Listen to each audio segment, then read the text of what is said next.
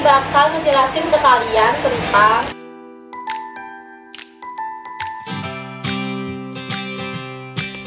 jadi pengertian kebijakan fiskal itu ada dua. Yang pertama, pengertian kebijakan fiskal dari ekonomi konvensional dan pengertian kebijakan fiskal dari ekonomi Islam. Pengertian kebijakan fiskal dari ekonomi konvensional itu dapat diartikan sebagai langkah pemerintah untuk membuat perubahan dalam sistem pajak atau dalam pembelanjaan. Pengertian kebijakan fiskal menurut ekonomi Islam merupakan salah satu perangkat untuk mencapai tujuan syariah, termasuk meningkatkan kesejahteraan dengan tetap menjaga keimanan, kehidupan, intelektualitas, kekayaan, dan kepemilikan. Beberapa hal penting dalam ekonomi Islam yang berimplikasi bagi penentuan kebijakan fiskal adalah sebagai berikut. Yang pertama adalah mengabaikan keadaan ekonomi dalam ekonomi Islam. Pemerintah Muslim harus menjamin bahwa zakat dikumpulkan dari orang-orang Muslim yang memiliki harta melebihi nisab dan yang digunakan untuk maksud yang dikhususkan dalam kitab suci Al-Quran. Yang kedua, tingkat bunga tidak berperan dalam sistem ekonomi Islam. Yang ketiga, ketika semua pinjaman dalam Islam adalah bebas bunga, pengeluaran pemerintah akan dibiayai dari pengumpulan pajak atau dari bagi hasil. Yang keempat, ekonomi Islam diupayakan untuk membantu ekonomi masyarakat Muslim terbelakang dan menyebarkan pesan-pesan ajaran Islam. Yang kelima, negara Islam adalah negara yang sejahtera. Kesejahteraan meliputi aspek material dan spiritual. Yang keenam, pada saat perang, Islam berharap orang-orang itu memberikan tidak hanya kehidupannya, tapi juga hartanya untuk menjaga agama. Dan yang terakhir, hak perpajakan dalam Islam tidak terbatas. Jadi bukan hanya mencapai keberhasilan ekonomi untuk masyarakat yang paling besar jumlahnya, tetapi juga untuk membantu meningkatkan spiritualitas dan menyebarkan ajaran Islam seluas mungkin. Hai, video ini akan menjelaskan ke kalian tentang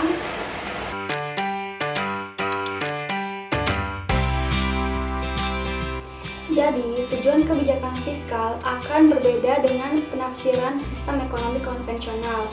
Pada sistem ekonomi konvensional, kesejahteraan hidup itu dibatasi untuk mendapatkan keuntungan maksimum. Dalam Islam, kesejahteraan itu memiliki cakupan yang luas, meliputi kehidupan di dunia maupun di akhirat. Tujuan dari kebijakan fiskal dalam ekonomi konvensional ada 4. Yang pertama, pengalokasian sumber daya secara efisien. Yang kedua, pencapaian stabilitas ekonomi. Yang ketiga, mendorong pertumbuhan ekonomi. Dan yang keempat, pencapaian distribusi pendapatan yang sesuai. Selanjutnya, kebijakan fiskal dalam ekonomi Islam juga bertujuan sebagai safeguarding and spreading the religion within the country as well as in the world at large. Bahkan, walaupun tujuan pertumbuhan, stabilitas, dan sebagainya itu tetap sah dalam ekonomi Islam, tujuan-tujuan tersebut akan menjadi subservient untuk tujuan menanggulangi kaum muslimin dan Islam sebagai suatu entitas politis dan agama serta menyebarluaskan dakwah ke seluruh penjuru dunia.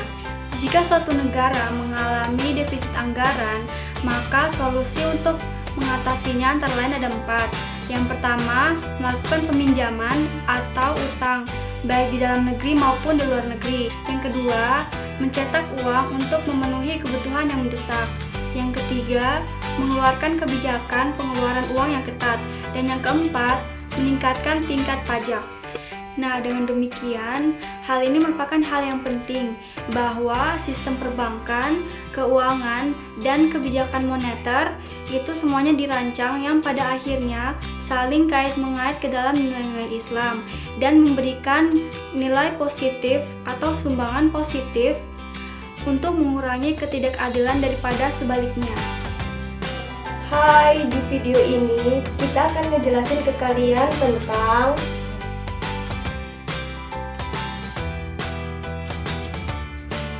kebijakan fiskal dapat dibedakan menjadi dua golongan. Yang pertama, penstabil otomatis. Yang kedua, kebijakan fiskal diskresioner.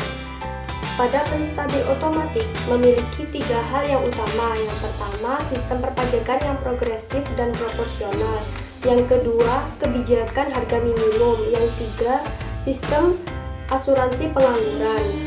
Pada kebijakan fiskal diskresioner memiliki dua hal yang utama. Yang pertama, kebijakan fiskal ekspansi, dan yang kedua, kebijakan fiskal kontraksi. Penstabil otomatis merupakan bentuk-bentuk sistem fiskal yang sedang berlaku yang secara otomatis cenderung menimbulkan kestabilan dalam kegiatan ekonomi. Penstabil otomatis memiliki tiga hal yang utama. Yang pertama, sistem perpajakan yang progresif dan proporsional merupakan suatu sistem perpajakan yang mengenakan persentase lebih tinggi seiring dengan semakin tingginya jumlah pendapatan. Sedangkan pajak proporsional ialah suatu sistem perpajakan yang mengenakan persentase yang sama terhadap seluruh tingkat pendapatan.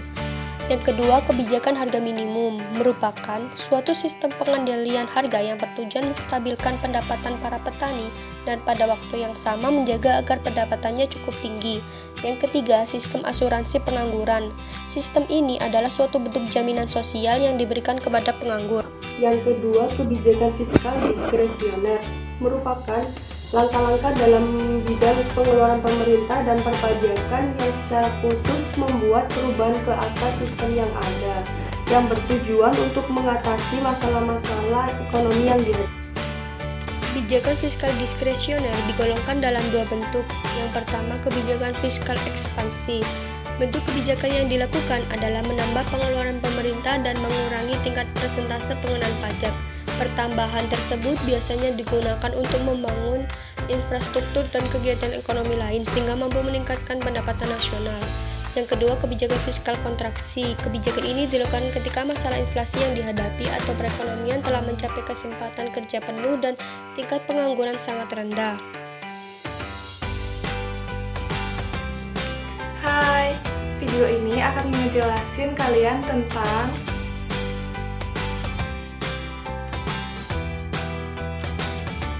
jadi sumber penerimaan negara menurut ekonomi Islam itu ada 7.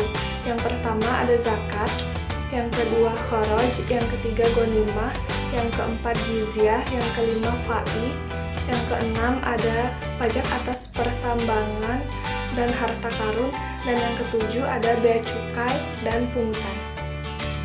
Hai, di video ini kita akan ngejelasin tentang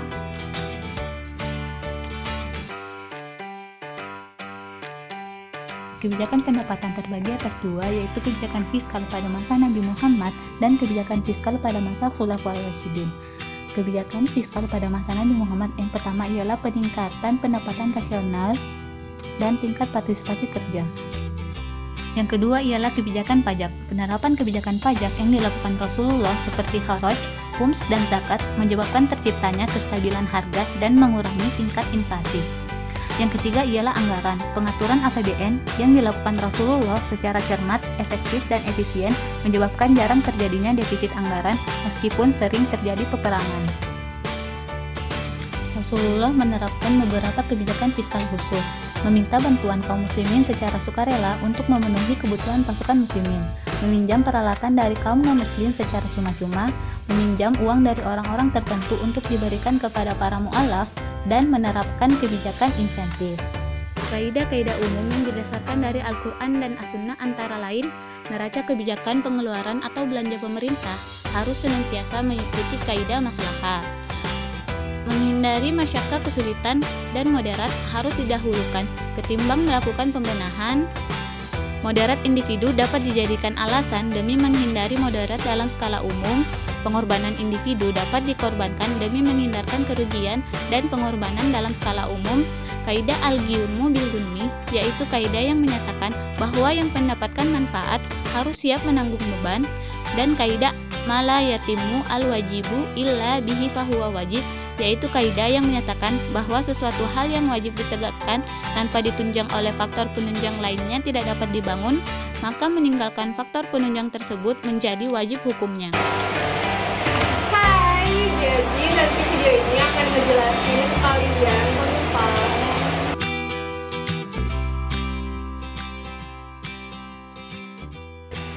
jadi di masa Rasulullah SAW anggaran belanja negara itu lebih sederhana dibandingkan dengan anggaran belanja modern.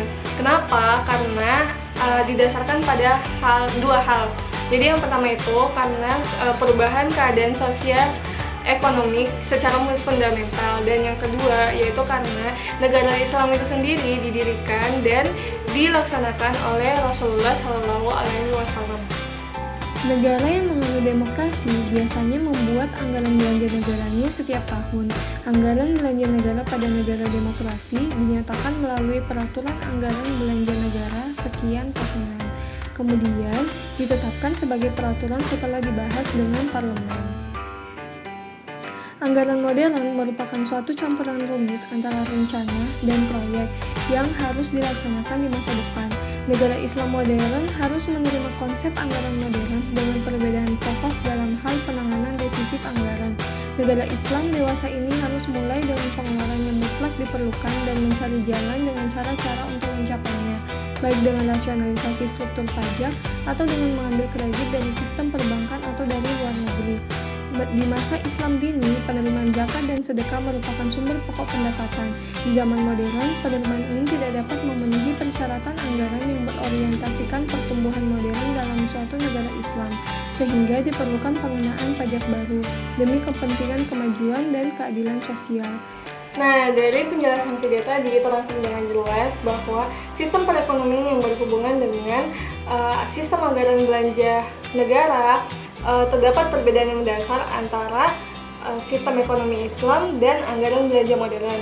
Pada sistem ekonomi Islam lebih menekankan pada urusan pelayanan terhadap urusan umat yang ditetapkan sesuai dengan apa yang telah diajarkan oleh agama Islam. Sedangkan untuk anggaran belanja modern itu lebih menekankan pada campuran rumit antara proyek dan rencana. Hai, video ini akan ngejelasin kalian tentang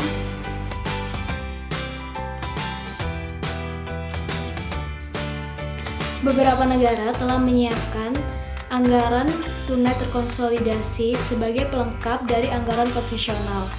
Di dalam situ terdapat informasi tentang arus uang dan juga suatu dasar perkiraan jangka pendek akibat operasi fiskal pemerintah. Semua itu merupakan upaya untuk merukunkan konflik yang nyata antara anggaran berimbang dan biaya pengeluaran modal yang besar serta peminjaman. Dua sistem anggaran yang terpenting adalah yang berdasarkan program dan yang berdasarkan prestasi. Karena sistem anggaran yang berdasarkan prestasi sangat rumit dan didasarkan atas sistem akuntansi biaya yang sulit, maka suatu sistem anggaran berdasarkan program dan prestasi di negeri-negeri Islam pada umumnya hanya dapat dilaksanakan bila terdapat prasarana administratif yang kuat dengan staf akuntan terdidik, ahli ekonomi, perencanaan, dan tenaga-tenaga ahli lainnya. Jadi, jelaslah bahwa suatu ahli ekonomi Islam yang benar-benar memegang suatu perekonomian sesuai dengan hukum Islam menjadikan negara lebih maju dengan sistem yang ditunjang oleh kejujuran, dan itu dapat bermanfaat bagi masyarakat, terutama masyarakat